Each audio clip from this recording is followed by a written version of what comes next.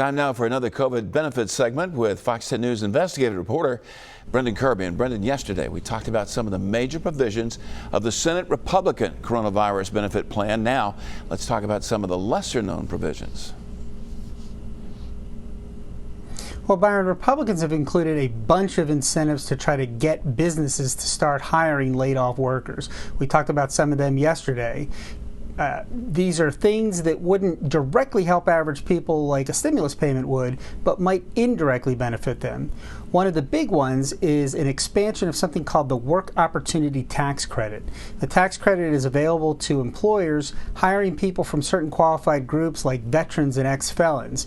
The HEALS Act, as Republicans call the bill, would temporarily include in that eligibility category people who are getting unemployment this year because of COVID-19. The legislation also would expand the maximum credit from $2,400 to $5,000. The idea here is that companies facing uncertainty because of the virus might be prompted to hire if they can write off some of the costs on their taxes. Tell us about some of the other indirect benefits in this proposal. Well, one idea is to sweeten the tax write-offs on business meals. The temporary deduction would allow businesses to write off the full amount of a meal through the end of the year. Currently, they can write off half of that amount. The change would raise the deduction to what it was before that big 1986 tax reform law went into effect.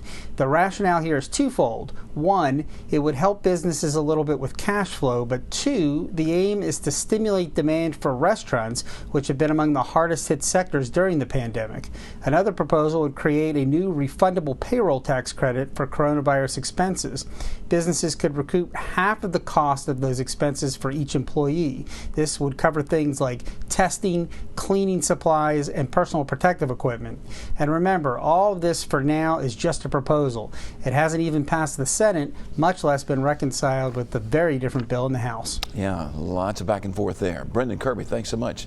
Brendan will be back with us for Fox 10 News at 9. Remember, if you have a question, you can email him directly at brendan.kirby@fox10tv.com.